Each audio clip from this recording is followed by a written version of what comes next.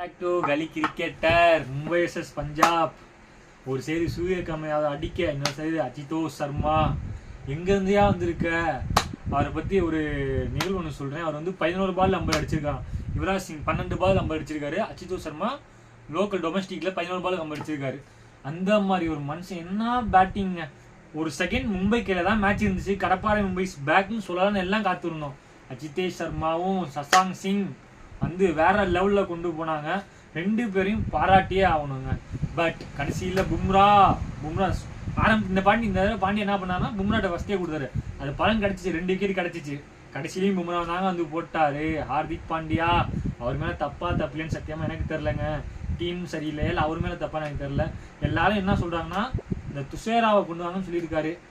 ஃபேன்ஸ்லாம் அதை ஏங்குறாங்க. கொண்டு வந்து தான் பார்க்கணுங்க. ஹார்திக் பாண்டியா எல்லாம் பண்ணிட்டீங்க, அதையும் பார்ப்போம்.